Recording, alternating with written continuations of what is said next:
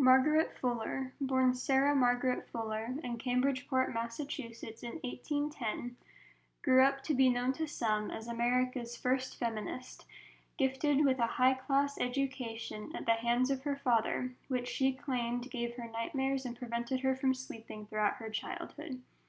It was this hard-earned education which exposed her to other great female rhetoricians like Wollstonecraft, and taught her the arts of conversation and philosophy, and allowed her to write some of the most consequential feminist rhetoric ever published, including the first major feminist work in American rhetoric, Woman in the 19th Century.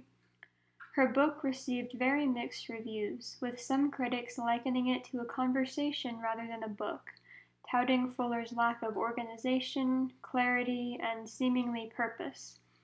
This controversial book included a chapter, Wrongs and Duties of American Woman, which will be the focus of this presentation. Margaret Fuller published Woman in the 19th Century in 1845, following in the footsteps of Mary Wollstonecraft and demanding, this time in America rather than Wollstonecraft's Britain, quote, a recontextualization of woman inside the generally received notions of human beings and their souls, as both a moral action and a means to social morality, end quote, with creating real systemic change at the heart of her goal. Part of influencing this change was to outline, as the chapter analyzed here pretty clearly states in the title, the wrongs and duties of American woman. Fuller begins the chapter by discussing the expected lifestyle of the American woman. Growing up, women begin to learn and understand the keeping of the household, are provided a tenuous grasp on education so that they can supervise their children when they begin school, though not as the sons advance, and that is it. She learns housekeeping and crafts like embroidery and sewing. She learns manners and how to properly present herself and her house, and the husband is found for her to transfer these skills from her mother's to her own domestic sphere. It is at this point that women become mothers and introduce their daughters to the same life cycle. Women are not, with few exceptions, Fuller being an exception of note, intellectually developed by society to become equal partners and companions for their husbands. They are raised instead to spend their lives in domesticity and live separately from their husbands in mind, focusing on hearth and children with few or no other socially accepted pursuits. Fuller takes this socially created life cycle and points out that women do not, contrary to what men seem to think, actually always live this way. Rather, women may find themselves without a home or support before marriage due to familial troubles. Husbands may not provide for women in the necessary ways. Husbands may hurt women. Women may become widows with no one to turn to. And women have minds that reach far beyond this artificially enforced domestic sphere. In opposition to this idea of exclusively domesticated women, Fuller presents an alternative.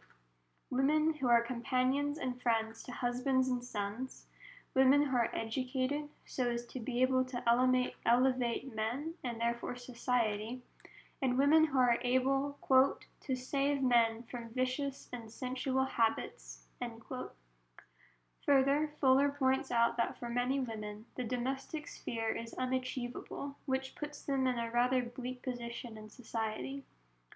It may be due to one of the aforementioned conditions in which woman has been left to fend for herself, or a woman working as well as her husband to earn money to support their family, or even the admirable, by Fuller's account, condition in which England has newly found itself at the time of her writing. This condition is one in which the widely accepted gender roles are reversed. The woman works and supports the family, while the husband is the one to stay home and maintain the domestic sphere. This is the condition Fuller wants to convince America to accept, women working and acting as men. Fuller argues that America is already on its way to this state of things. Women in America work in mines alongside men, in markets, in factories, and, least desirable, work as prostitutes. She calls this a transition state. quote, an approach of a nobler era than the world has yet known, end quote. It is the state of society in which women are being developed so that they may compete with men on a wider scale. It is the state in which women are becoming equals. They are becoming respected and recognized as able to perform as well as men in all fields. Fuller argues that this development of women, even if society maintains its separate feminine domestic sphere, will benefit men and women alike by creating, quote, a mutual understanding and respect unknown at present, end quote, in households, and men will notice greater happiness and satisfaction in their relationships with their wives, as they will have a newfound partner, friend, and lover all in one, where before there was maybe but a shape. Beyond this, Fuller claims that women are better suited as nurses and teachers, that they, quote, are peculiarly adapted by their nature, superiority in tact, quickness of sympathy, gentleness, patience, and a clear and animated manner in narration or description, end quote. Nurses, Fuller recognizes, are already primarily women, and so her goal in the remainder of this chapter is to set forth a plan to train 60,000 women to be teachers, and she outlines just how she hopes to do this. She selects Cincinnati as the nucleus of her operation, where teachers will be selected and trained. There will be a committee featuring Harriet Beecher Stowe and Catherine Beecher, among others, in charge of the operation and collecting funds across the country, particularly in districts where teachers are needed. Fuller's goal was to create a national education system, searching always for the truth and the spread of knowledge, while teaching philanthropy and morality. She wanted her education system to value God and encourage the highest ethical standards. What set Fuller apart in her rhetoric was that, as she points out at the end of this chapter, she presented a plan to fix what she identified as problems in society, where many works analyzed and pointed out the problems without creating practical solutions. In Reclaiming Rhetorica, Annette Kolodny argues that, rather than take Fuller at face value, we need to examine her work as experiments without closure in feminist discourse.